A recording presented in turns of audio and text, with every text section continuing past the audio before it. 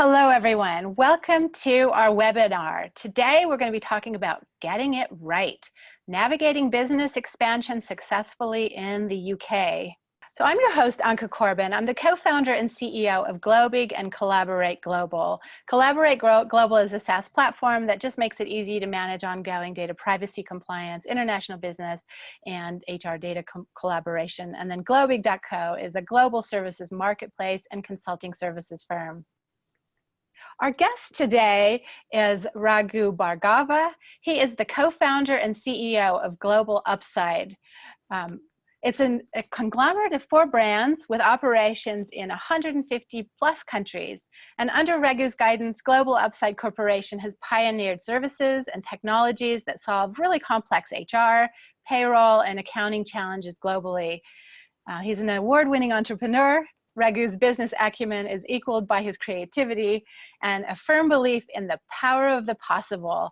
Raghu's over 3 decades of successes are defined by his one mantra: impossible is not in our vocabulary. Raghu, welcome. Thanks, Anke. We have another guest speaker coming to us from the UK, Erica Jupe. She's the partner at Osborne Clarke. Now, Erica heads the International Tax Practice Group for Osborne Clarke, and Osborne Clarke is a full-service international law firm with offices across Europe and Asia. Now, they do not practice US law, but they have offices in Silicon Valley, San Francisco, and New York to service US clients with their international legal needs in a number of different time zones. Erica has over 25 years experience advising both UK and multinational clients on a broad range of tax issues. Her work covers standalone tax advice as well as transactional work. And her broad practice also covers tax, stamp duties, employee and cross-border tax issues, including work on mergers and acquisitions, joint ventures, flotations, and other corporate finance transactions. Erica, thank you so much for joining us today. Hi, Anke. Great to be here. All right, so let's start in, because these are really those, you must know this before you decide to go into the UK. And one of the first things I think companies really consider is, do I have to have an entity or do I not? Raghu, what are your thoughts on this as far as, legal entity incorporation and just how companies should be set up? Yeah, so most times when companies or any one individual thinks about establishing a business, it's a part of it is a risk mitigation strategy, and part of that is how do you want to set up. So obviously, you can have a rep office, which really only a business can, but not an individual. But the idea in a rep office is, all of the risk flows back to the parent company. But also, most countries limit what you can do under a rep office. The idea is you're just doing some exploration into that country, and this is not a long-term solution. This is a very short-term solution. As you move up the chain of a branch or a subsidiary, obviously a subsidiary is something that allows you to be fully present there, tell your clients, your vendors, your employees that we're here to stay. We have established a footprint, we are going to be here for a long time, and we are going to do whatever is required by the law to be in that country. And is the safest solution in one respect, that the risk does not flow back to the parent company of if something goes sideways in that country, in UK as an example. Now, many times when you are in your early stages in life, you have an option of a non-resident employer or an NRE.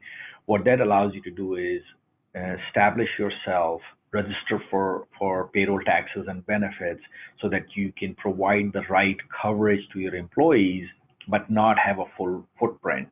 Now, the laws around NREs are evolving. Originally, as an example, UK did not require you to do any filings, but now they're asking you to do an income tax return, even if you're registered as an NRE. So some of that rules and regulations are evolving. Where will this end up? Obviously, too early to tell.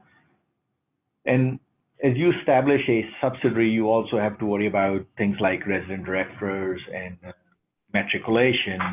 Matriculation here obviously is not talking about graduating from high school. This is more around registrations and the processes around it.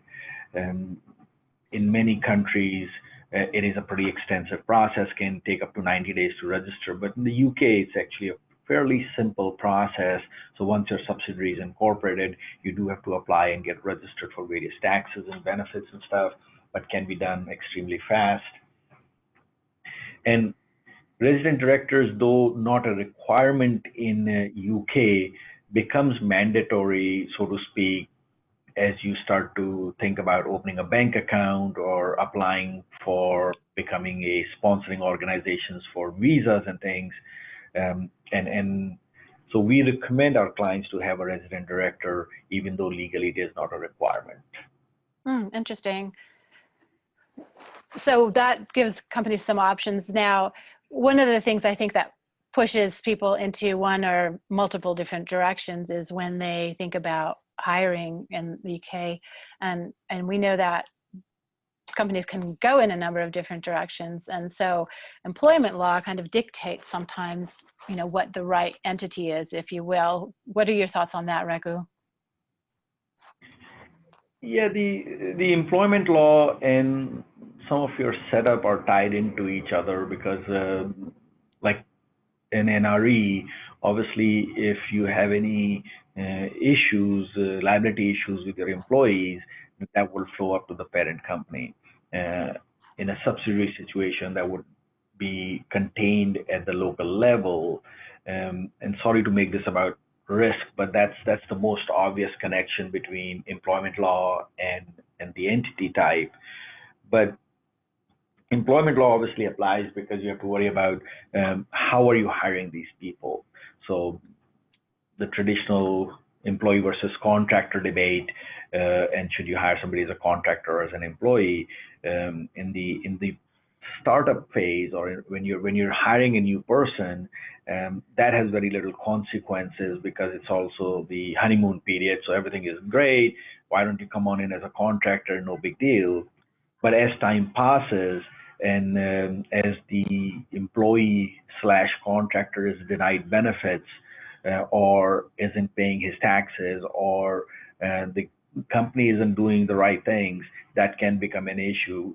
And it can really become a major issue is at the time of departure.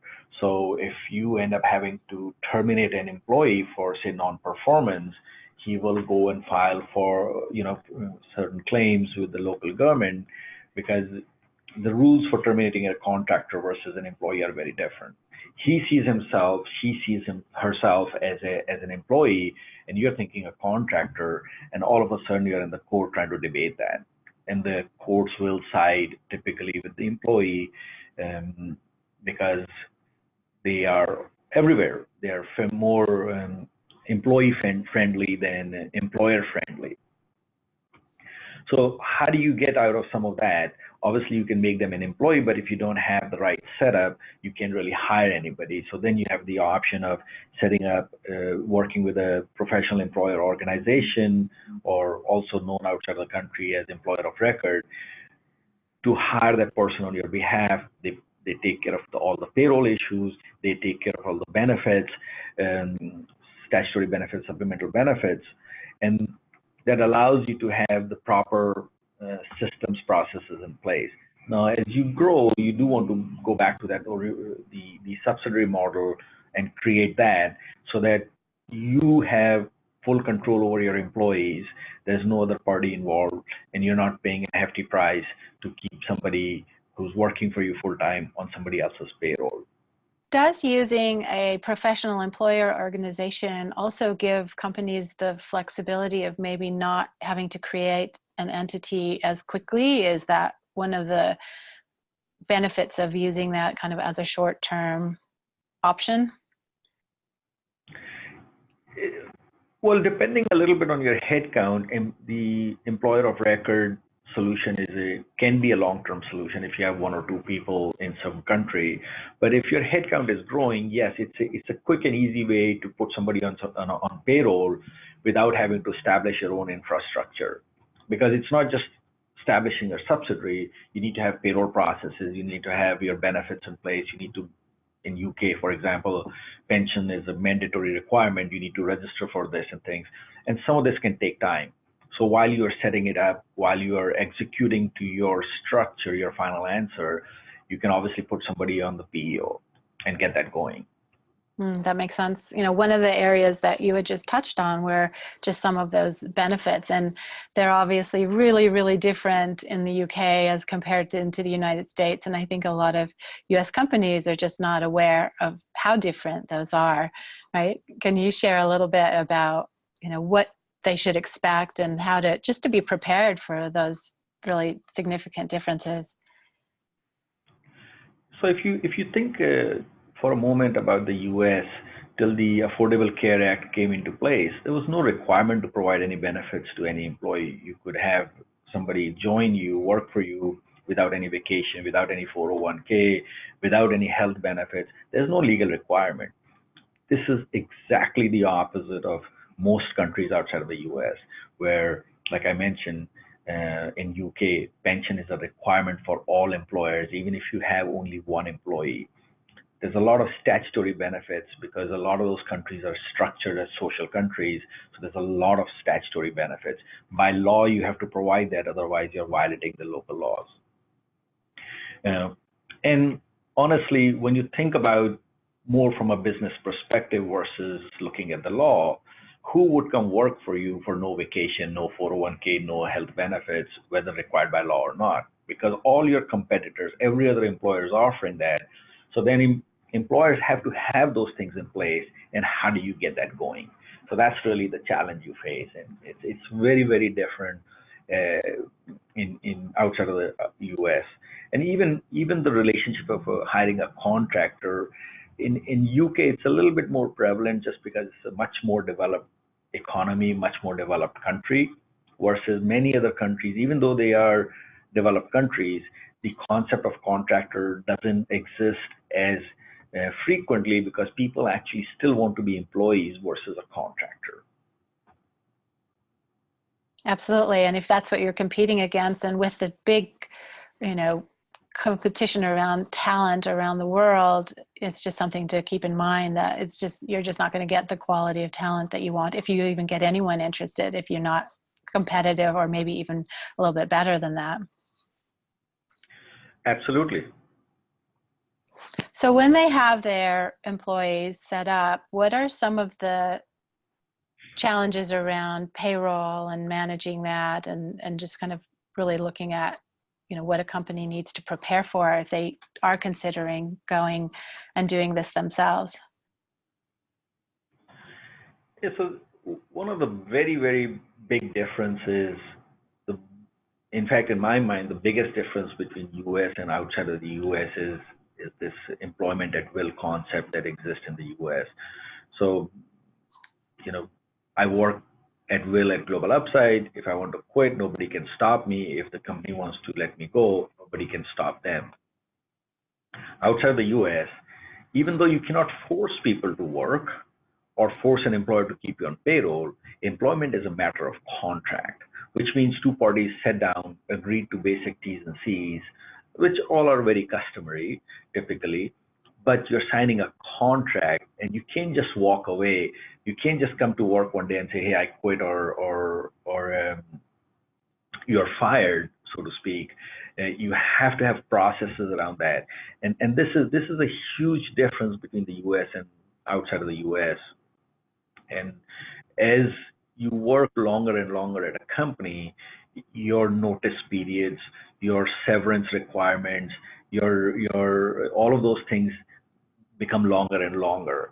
And as an example, if you are doing, whether we are terminating one person or doing a mass layoff in UK, there's this concept of garden leave. And that concept says, hey, look, not only do I not want you to work for me, but I don't want you to go work for somebody else either for some period of time because of competitive situations, if nothing else. But you can't force somebody not to work at all because they need to make a living. So then the concept is, hey, why don't you go home and stay home? We'll cover your salary for a period of time, you're not allowed to work during that period. So then that competitive advantage or your IP walking out the door and going to go to work for your competition next morning is minimized. So that's one of the big differences. There's also this concept of work time regulation. So in the US, as we all know, we're the country with the least amount of used vacation hours. And most people outside the US like to take their vacation. We hear about the French being gone all of August or the Spaniards being gone during that similar periods and stuff. Why? Because people value that personal time, they value the work-life balance. So in in UK, there's these work time regulations which control how many hours are worked by people, because you can't make somebody work 60, 80 hours a week nonstop, because that is not very good for their health, for the well-being of the society in general. So you have to be mindful of those, and you may have to hire additional folks to do the work if that's what you need, or just for allow people to take the time off. The termination protection, we talked a little bit about that in terms of you can't just walk up to somebody and say, hey, leave now. I don't want you on my payroll anymore for whatever reason. And there are strict rules around it to manage that departure of an employee that you may not want to keep on your payroll, whether it is for performance or financial cuts. And in the law, there are consequences of the breach. So if you walk up to somebody and just show them the door, well, you will pay a penalty to the government. Well, plus you will pay something to the employee for doing the wrong thing.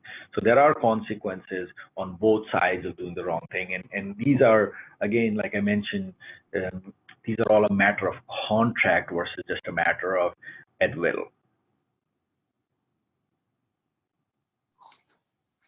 So you have shared some really interesting tips and good things that are good things to know about the UK. And some of these are really interesting, and they're just so different than what we have in our day-to-day here in the US. And it's just really important for us to recognize that and share those. So what are some of those good things to know about the UK? Well, there's a lot of good things to know because it's obviously a very high level of talent pool available and stuff. But because the issue becomes is how do you take care of your talent pool? How do you attract the right people? What do you have to do to keep a happy employee? And the first thing always is the benefits program. So I talked a little bit about the statutory benefits. These are socialist countries, so they need to have the law dictates certain benefits that you have to provide, whether it's through a contribution to a social program that goes through payroll or programs that you have to put in place outside of payroll and you have to cover those. And these could be medical benefits, child care vouchers, daycare issues, things like that, commute benefits. But again, because these are statutory, everybody's doing it. So what is your competitive advantage? Why would somebody come work for you versus working for your competition? This goes into that supplementary benefits or supplemental benefits. What else are you offering over and above the statutory requirements? So the statutory requirement may be $50,000 of life insurance. Maybe you want to offer $500,000 of life insurance.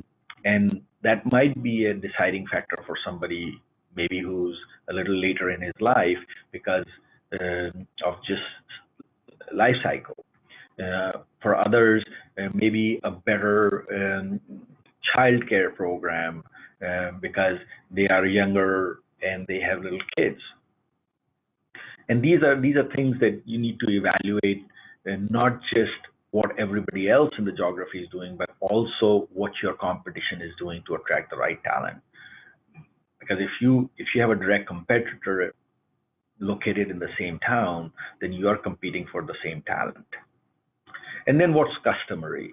So if everybody does something as a broad industry or in your silo of competition and stuff, then you need to do it too, just to compete, just to attract the right talent and bring them onto your payroll, onto your team. Obviously, once you have the right benefit programs in place and you attract the right talent, the first thing you have to worry about is the day they start is payroll, because obviously that's the contractual agreement with the employee. So computation of payroll, payroll taxes, payroll reporting. There are various forms that are required in UK, P11s, P45s, P60s. I'm sure you've heard some of these terms if you have operations there. And these are all forms that are required, which, for example, in the US, none of these forms are required, even though we do the end of year filing in the US, the W-2. But the P11, as an example, is not about just compensation. It is about the benefits that you provided, because those may or may not be taxable to the employee. And you have to report it to the government and share that with the employees. So worrying about the right computations, making sure that the employees are getting the right net pay paid into their accounts, make sure the benefits deductions, make sure the benefit contributions, the payroll taxes that are applicable are properly computed, properly withheld, and paid into the government on a timely manner is extremely important from that perspective, because not doing that, so in the US, if you don't pay your payroll taxes, withholdings, it'll take the government a fair bit of time to figure that out, and even then, it just starts a notice cycle. They still give you some more time to pay. In the UK, as an example, if you're a director of the company, the authorities can come and arrest you for not paying that as a first measure or as a second measure if you ignore their first notice. So the consequences are much more severe. So when we talk about human resources, you kind of have to think about the hire to retire strategy, because obviously you need to find the right talent, you need to bring them on your team, they work through a certain period of time, and whether it's through natural attrition or what have you, people do decide to move on and do other things. So in terms of the hiring cycles, the first question you always have to ask is, how do you find these people? What is your staffing strategy? Are you just relying on word of mouth that you will have the right talent referred to you? And who is that? Who are these people who are referring you these possible employees? And do you have enough of a pipeline to find the right talent and the right volume of talent also? And so think about staffing from that perspective, and how do you find the people? How do you bring them on payroll? And how, in your very early stages, you may have another challenge, which is like, how do you interview these people? Because you might be based here in the US, say on the Pacific time zone, 8 hours behind UK, and how do you manage through that time zone and stuff? As your staff starts to grow, as your team starts to grow in particular geography in UK, for example, then you have to worry about the ongoing workforce management. What that is talking about is just how do you continue to staff up? How do you manage a growing workforce? How do you build the right culture in that location as compared to your headquarters? Because you do not want that culture to be very different from your corporate culture. And how do they understand what are the values of the company and assimilate and stay assimilated in that culture? So having the right strategy for that is important. Having the executives visit these locations is extremely important, because that every time an executive comes, they understand how corporate thinks. Every time an executive comes, they understand how we as a company should behave. So for example, we have about 12 offices. If not more frequently, I am in every office at least once a quarter. It is extremely important, because I want everybody on the Global Upside team to understand who we are, what we do, and how we do it. And if you have an R&D team, well, you may have to have more frequent visits just to show them the vision of what you're developing as a product, versus a sales team, which may need little less visits, but a lot more communications in any case. And then you also need a system for your visibility of your global workforce. So being based here and having people in 15 different countries with 15 different languages and 15 different HR requirements, from benefits, from payroll, from everything that you're required to do for them, you need a system to manage that. Without a system, you're going to always struggle because you may not know when your direct reports are, for example, on vacation. You're trying to reach somebody while they're on vacation, as an example. Or you don't have the right documentation and you can get into trouble with the government because you did not approve their vacation or you didn't do certain things properly. So these are things that you need to be worried about from that hire to retire strategy of running a global enterprise, of having people in multiple time zones and multiple different countries. Fantastic. So tell us some tips and things that people need to pay attention to and just some good things to know about the UK. So Anke, here's a bullet point list of a bunch of items that have actually come into force in the last 90 days or so, or things that are being considered to be implemented going forward.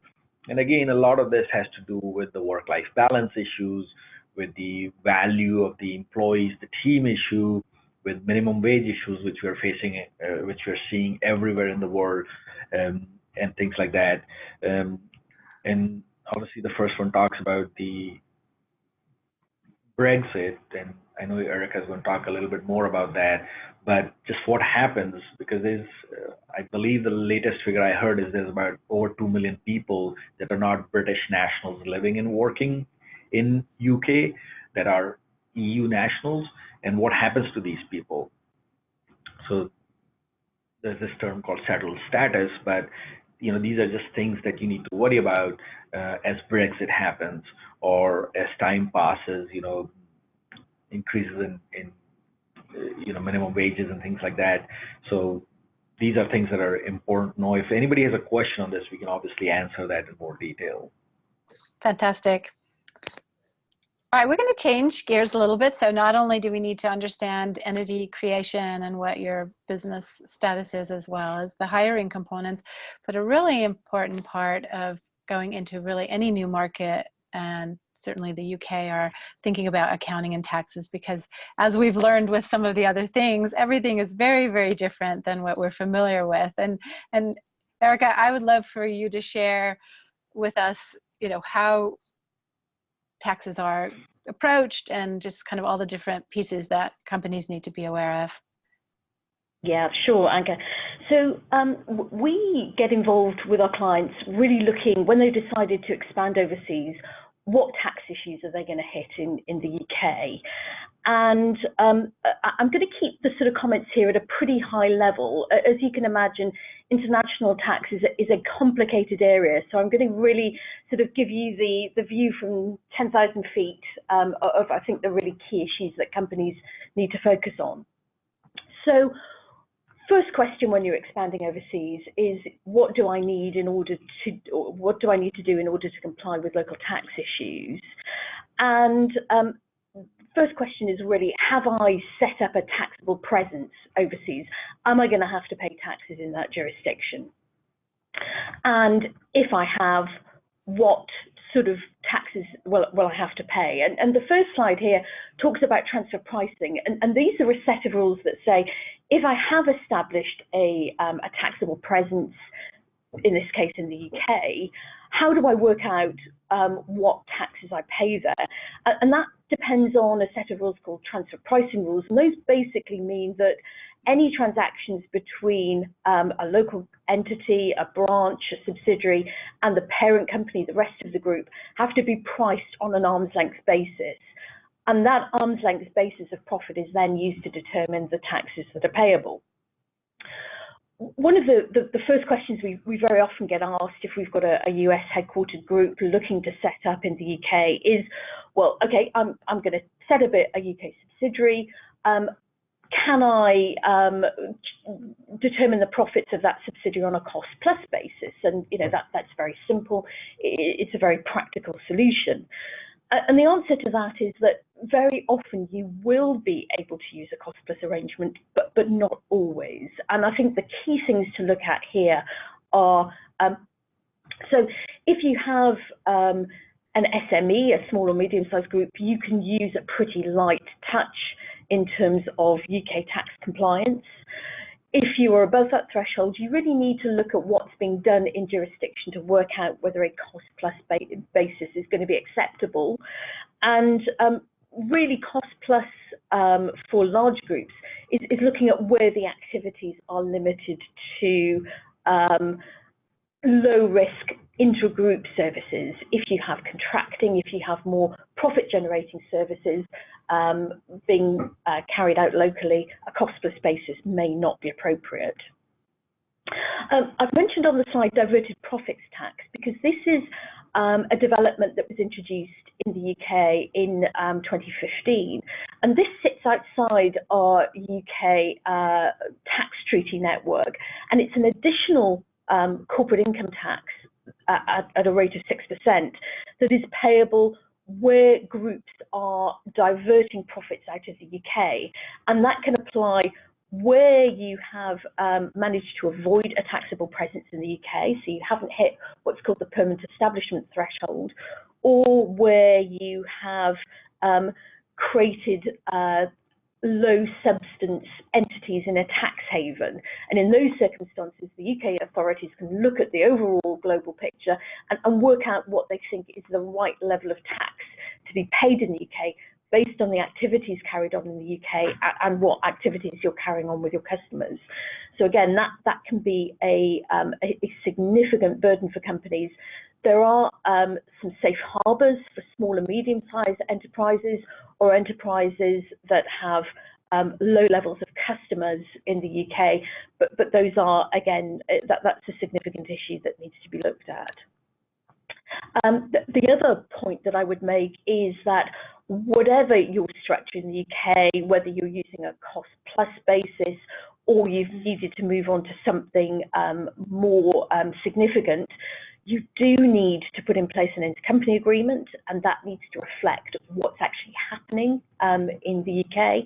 And also you need to keep those agreements under review on a regular basis, because one of the issues we found is where, you know, a cost plus basis has been set up initially, but things have moved on. Perhaps there are more hires in the UK, there are more significant hires, and actually what's being done in the UK no longer represents what's covered by the agreement. So another top tip there, I think, is to keep those agreements under review and make sure they're updated regularly to reflect what's going on in jurisdiction.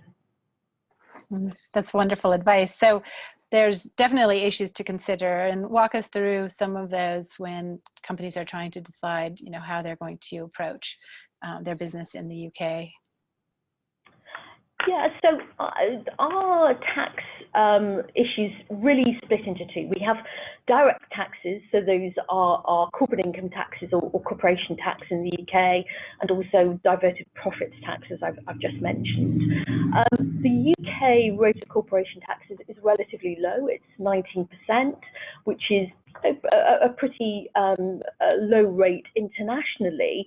But obviously, paying tax in the UK, if you're not paying tax in the US because you're pre-revenue or you've got significant NOLs, can be a significant issue. So, you know, what we will be looking at when we're setting up in the UK is thinking about what the global tax position of the group is, and really trying to manage the effective tax rate. One of the key issues there is do I set up as a branch or subsidiary? As Raghu's already mentioned some of the issues that need to be thought about there. I think there are two other points that I would make in the UK. One is that setting up a subsidiary generally means that we can manage the effective tax rate more efficiently than setting up through a branch. Even though there might be slightly more work to be done in setting up the branch, actually the long-term benefits can be more significant.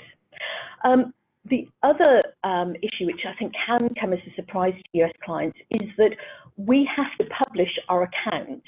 UK companies have to publish their accounts, And if you don't set up a local subsidiary, what you will have to do is publish your US parent accounts, and that may be, you know, a level of publicity that's quite welcome and not something that's going to be required in the US. The other issue then that we'd look at when expanding into the UK is which entity engages the workforce.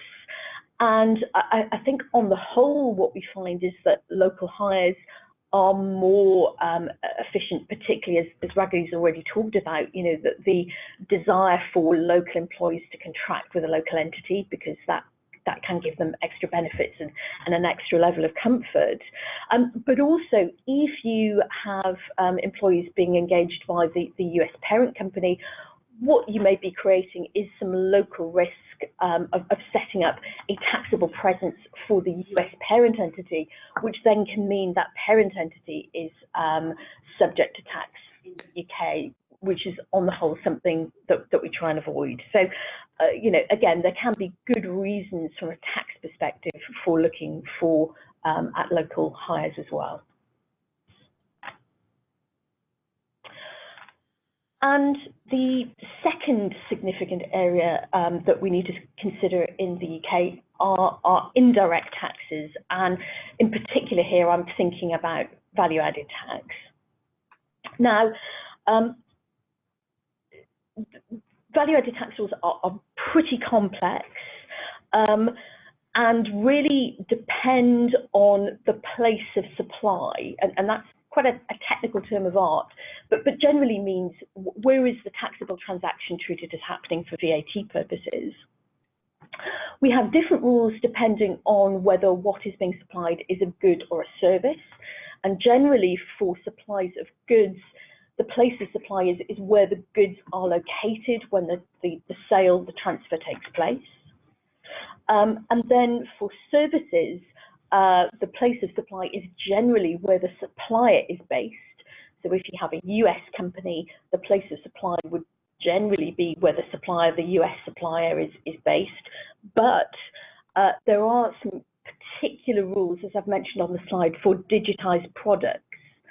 And those rules generally say that where you're dealing with a consumer, the place of supply is where the consumer is located. And that can come as a bit of a surprise for US entities, but does mean that if you've got consumers based in the UK or indeed in the EU, you may have to register for VAT in the EU and charge VAT, even if you haven't set up a local contracting entity, even if your contracts with consumers are being carried out from the US. VAT, you know, is potentially a significant compliance burden for companies. It means that you will have to register. You may have to make multiple registrations, and there are some simplification measures there. It is in certain cases possible to register in one jurisdiction and use that one registration to comply with all your VAT registrations throughout the EU and your need to charge VAT in the EU. You also need to account for VAT. So what that will mean is you'll need to issue VAT invoices, to charge and collect VAT from your customers, and then account for that to the relevant tax authorities, and that can have foreign exchange implications, and it can also you know, be quite a compliance burden for companies looking to set up in the EU. So, you know, good to get advice there, good to think about how you're going to manage those obligations and any ways that you can streamline what you're doing. I was just going to mention one further area, because we are seeing a number of developments here, and these are for platforms who, you know, are used as a way of bringing together customers, consumers, all providing services themselves. And there are particular compliance burdens for platforms. In the UK, for example, there can be instances where the platform can have an obligation to account for VAT. on behalf of its customers, and also can have secondary liabilities on behalf of its customers. So I think if you are operating a platform or looking to take your platform internationally, that's an area of particular risk and an area where you'd be well advised to get advice up front. Well, and certainly one of the areas that companies do go international really quickly, right? Whether it's services and platforms, and they immediately think about having more of a global presence. And so it's really important that they recognize that there are specific regulations that apply just to them, because many of the platforms that we're familiar with, they're not necessarily familiar, because they just assume that they make it available and here we go, we're international. So. Yeah, absolutely. And I think that's a really important theme, Anka, that you brought out, that what we're finding is that international tax issues are applying to companies at a much earlier stage of their development, and there's a real need to get to grips with these issues sooner than might have been the case in the past. And just because you haven't got a local presence, or you haven't set up a local subsidiary, doesn't mean that you're able to avoid complying with these rules. There is, the tax authorities have very strong radar on these issues. So, compliance with local laws is a really important point. It is. It's a really hard one too, because I'm not sure that they're even aware of it. They're so focused on their growth that, how do they usually find this out? I know this is a little bit off our topic, but is it through their investor groups? Is it through their legal counsel? It just seems like such an important piece of an early company's kind of development. Yeah, absolutely. And I think we've seen this arising in a number of areas. One, we're finding that companies are very much focused on their growth, the requirements of investors on fundraising. One will, a very important topic will be whether the invested company's complied with laws and whether it's got robust systems. And that then feeds through very much into exit. And we've certainly seen reductions in value or retentions where tax issues have been discovered. It's an important issue there. But also we've seen tax authorities themselves raising these issues. They are able to use big data to find out about what companies are doing in jurisdiction. They will look at websites. Just as your customers can find you, the tax authorities can find you as well. That makes sense. Very interesting.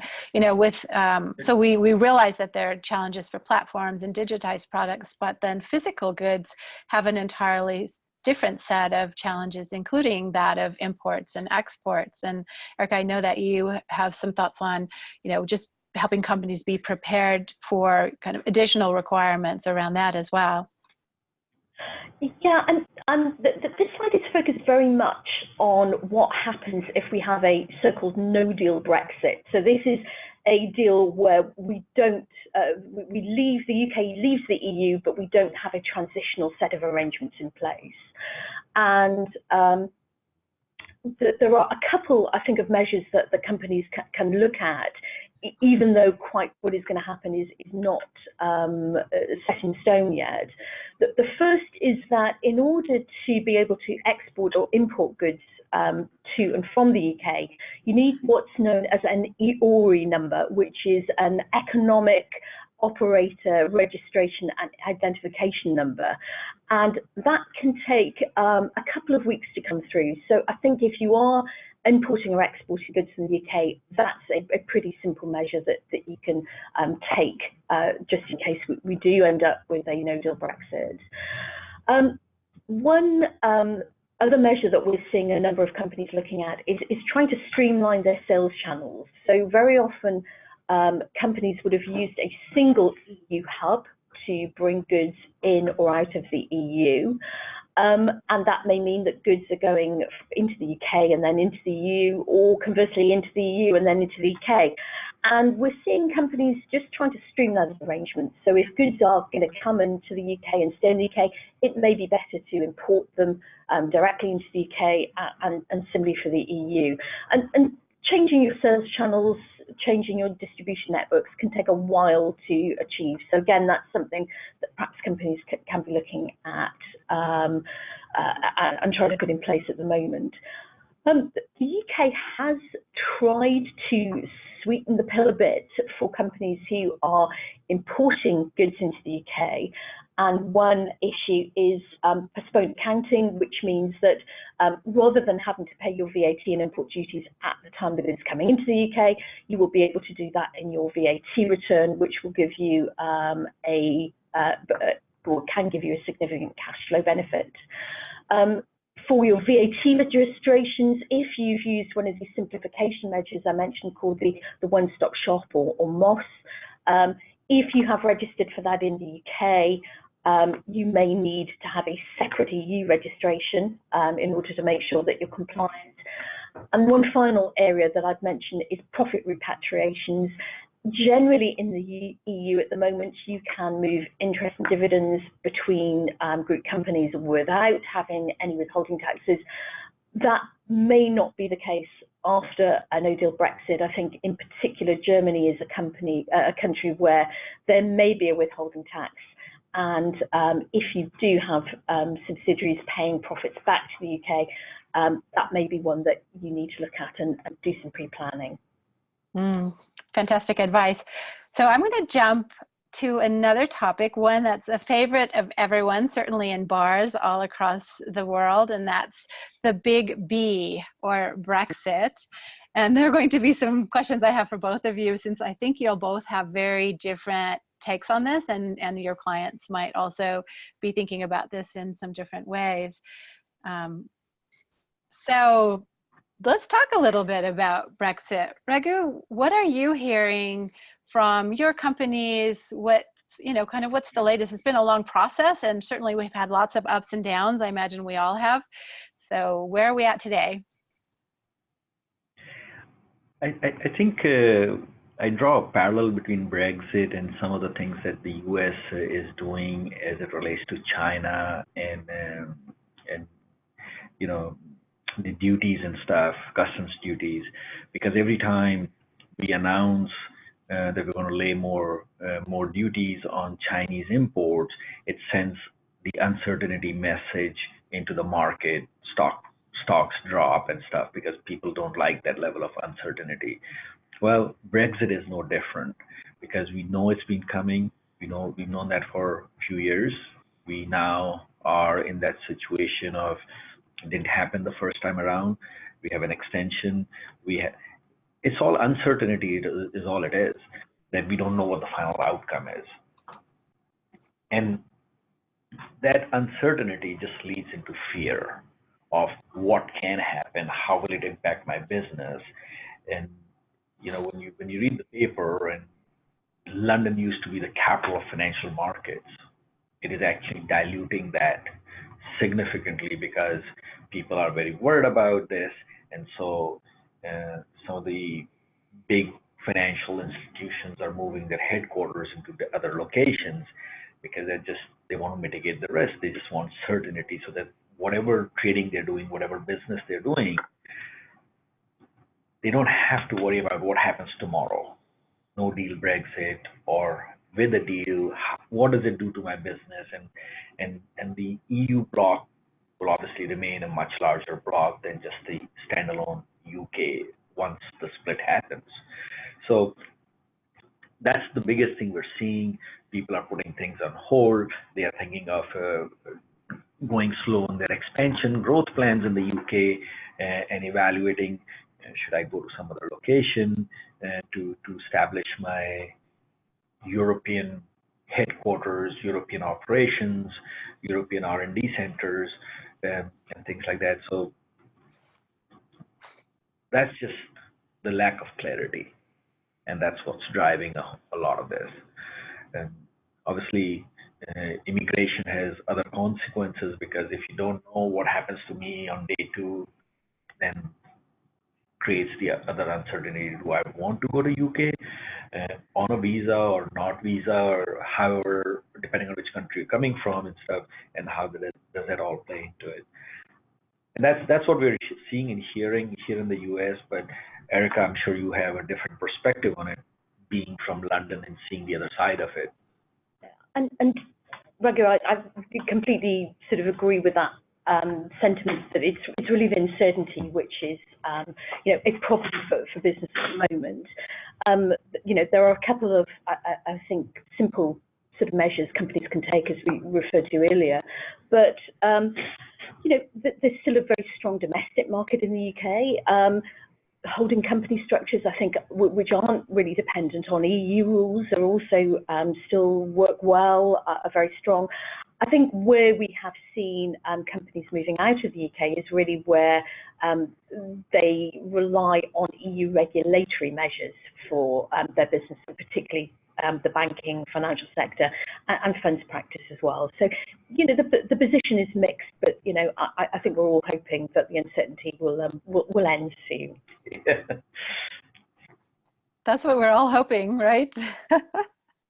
What about for all of those folks? We had talked a little bit about the settled status concept. I would imagine that's a really, not only is change scary, but this is really impacting people's lives, lots of families and their, where they work and where they live and where they've retired, and even, sort of, I would consider it much more of a personal impact, even sometimes more so than some of the companies, which have much more flexibility to do different things.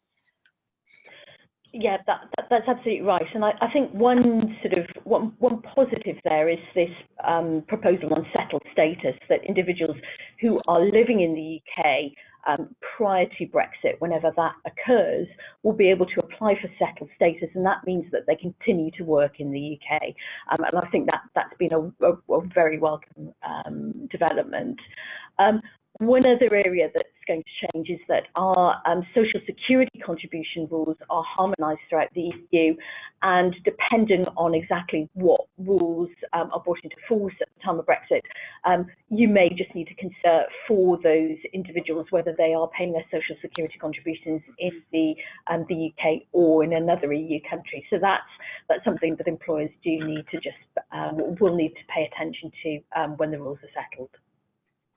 Absolutely. And so what's the next big, obviously this is 2019, so we're hoping to have some resolution fall, end of summer. Is that what? Yeah, the date at the moment for Brexit to occur is 31 October 2019. So that's the next big date in the calendar. So a big Halloween party. There we go.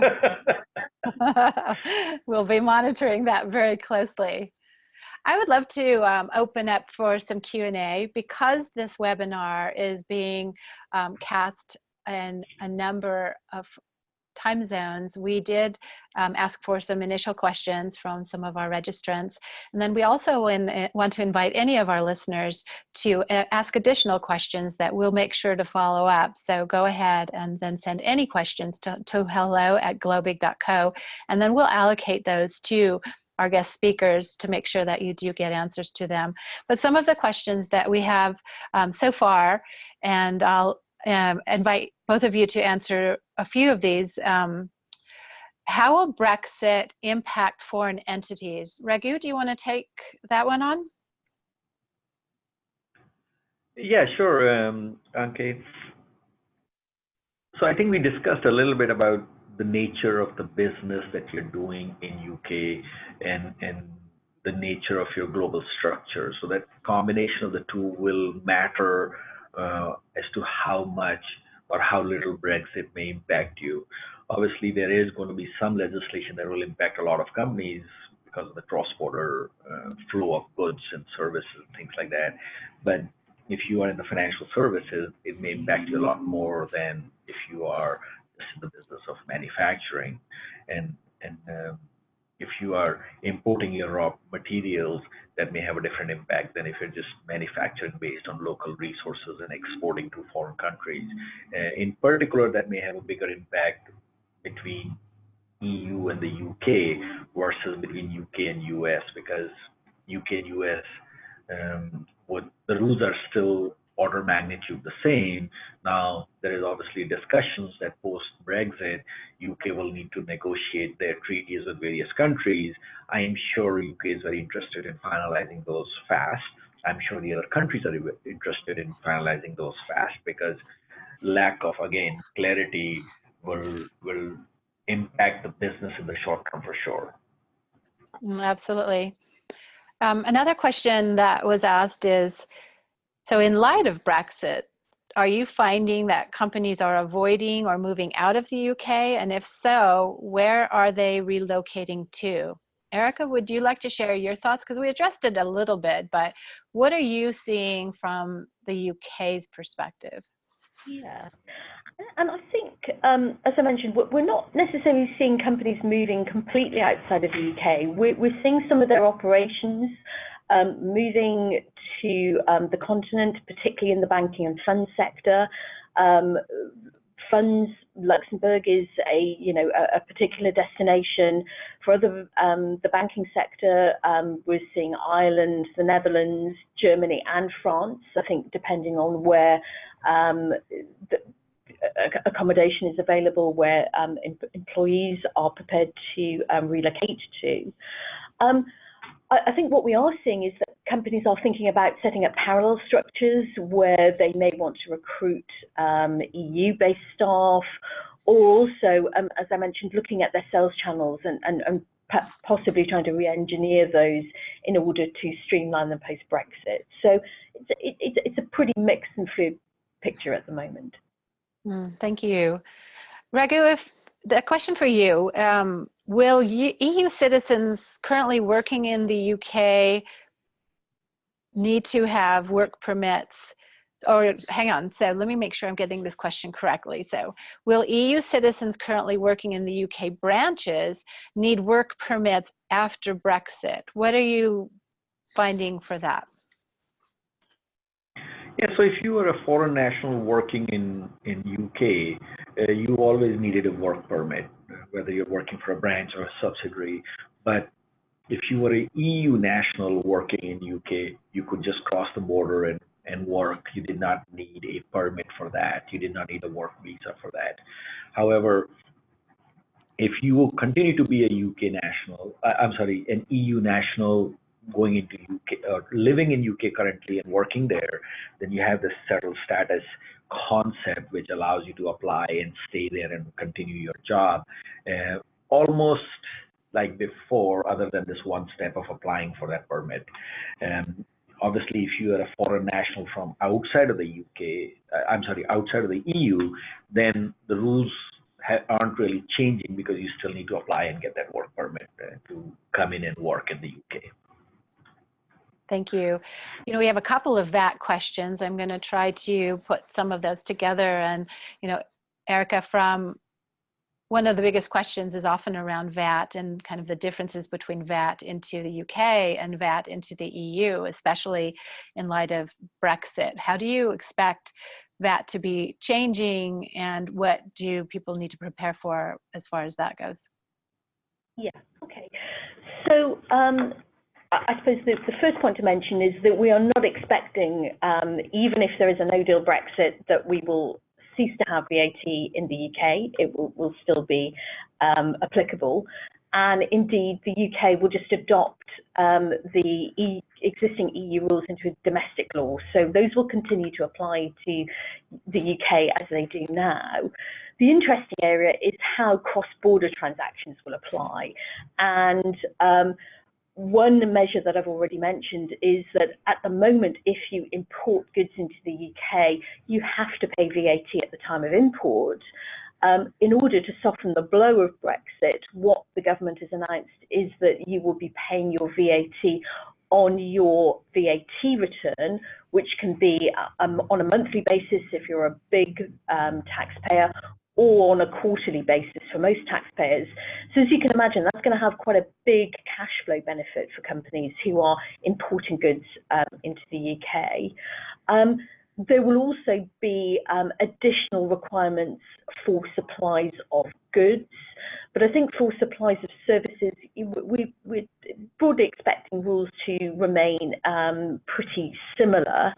Another area where companies may need to take action is where they have used one of the simplification measures, so the mini one-stop shop, If they have registered in the UK for that, for EU-based compliance, they will need to have a separate registration in the EU.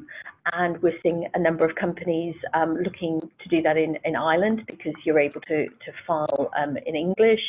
And similarly, if you have filed for the MOS in, say, Ireland already, you may then need to have a separate UK VAT registration to comply with VAT after Brexit.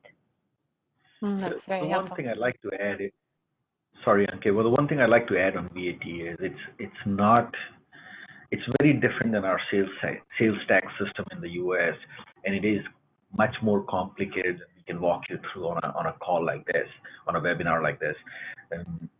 So please consult with your service provider, with the right people, because it can get you in trouble and the consequences are severe. The governments do not look kindly on people who do not comply with VAT requirements. And ignorance is not bliss, and ignorance is not an excuse to not comply. There will be penalties and interest. No, that's absolutely right. And I think the point that you make is a really good one. And the liability is on the supplier. They are the ones who have to charge the tax and account for the tax. And I think that can come as a surprise. So no, I think it's a point very well made. I do too, especially for all of those companies that think that by just signing up to some of those big marketplaces, they have everything covered. They really don't have that portion covered, right? And it's important that they get some really good advice to make sure it's set up correctly from the very beginning. Yeah, absolutely right, Anke. So I have another question, and this sounds like someone pretty excited to work in the UK. So what are the steps necessary to request a work permit for a US person versus an EU person? What sort of documentation needs to be provided so that they can do that? Raghu, would you like to take that one? So there's a little bit of a difference in law, at least for the moment. So if you're an EU national going into UK, you really don't need to apply for anything. You just show up. You have your obviously proof of EU citizenship, and you're allowed to work. If you're a non-EU citizen, then you need an employer, you need a company that is going to sponsor you. And it's really a two-step process, because the company itself has to qualify as what is called a sponsoring organization, so that the government is saying, yes, you have a legitimate business, you have good basis to be a sponsor to bring foreign nationals into the country. Once that approval happens, then you can say, okay, I want to now apply for a work permit for X, Y, and Z. And then the rules are quite similar to what they are in the US in many respects, where you have to prove why can you not hire somebody local, what is really the need to bring this person from overseas, advertising for certain jobs and classifications. Obviously, the lower the level of job, the harder it is to get qualification or get a work permit. The higher the expertise required, the easier most times to get a work permit. And again, this is not something that a company or an individual can do on their own. This is something that you need expertise from an immigration or a visa expert, whether it's a law firm or a visa firm or a company like Global Upside or a company like Osborne Clark, that can help you guide you through, hold your hand through that process. One misstep and your application is going to get rejected. So it is very easy to get put on not get your work permit. It is very hard to get it, but there is a process to follow. That's really important. And I think at that, so we've answered some amazing questions, and I just want to make sure that everyone recognizes that they are certainly still welcome to ask more questions. Please just email hello@globig.co, and we'll make sure that Raghu and Erica get these questions so that they can answer that. But, to Raghu's comment about getting the right help, is the best time to do that is early, and when you're just thinking about it, versus when you're in the middle of it and you realize that it's not working the way you'd like it to. It's so much harder to unravel those situations than it is just to do it correctly. One quick question for you is, how far in advance should companies prepare when they're doing this? You know, is there a standard time frame? I just want to make sure that companies realize when you're starting to think about this, putting those plans together, that's the time to start working with experts such as yourselves. How long, from each of your perspectives, do you need to be involved in to get this done correctly? Like, doing it right is this, you know, is the webinar content and the topic. So how do they do that right from a timing perspective? Anka, we very often start engaging with our customers when they're thinking about their hiring process. And I think that's, you know, perhaps pulling together a job spec, thinking about what sort of numbers, what sort of premises they need. That's a really good time for us to start engaging, talking to them about what they'll need, the immigration steps, the requirements to sort of get premises. You know, things like opening a bank account, actually, you know, that probably is the step that can take the most time in the whole of the process. So, you know, as you said, the sooner the better. But I think, you know, once you're, you know, when you're having those discussions at your exec level, you know, that's a really good time to start. Just, you know, a simple sort of initial call to think about what are the things I need to put on my checklist, what are the timescales for doing those particular steps. And you know, that I think is going to end in a much more successful, less frustrating process, and certainly one where hopefully, you know, all the important timescales are met. How about for you, Raghu? Yeah, along the lines of what Erica said, the sooner the better. But sometimes you may not have visibility into behavior. Some sales guys going out and hiring somebody to make sales in the UK. But yes, what might even make sense is to just have sort of a 1 hour initial call with a service provider to say, look, here's what we're thinking, what all should we worry about? And then once you have sort of a checklist of here's the 5 things, depending on your business and depending on what you're setting up and what you're going to do in UK, then you can take it to the next level of saying, oh, I will need a bank account. Well, every company needs a bank account, but I will need a bank account. What is the process of opening it? How much time? And what all. So this way, what you can do is then plan a little bit better. And if you don't have a bank account open in time, how will you make payroll? How will you pay the employees? How will you pay the taxes? Those are all very important discussions to have with somebody who's knowledgeable and can help you think through those issues and say, oh, here are some options, because your bank account may take 90 days to open, but you're wanting to hire somebody at the end of the month. How is that going to work out? Absolutely. That's wonderful advice.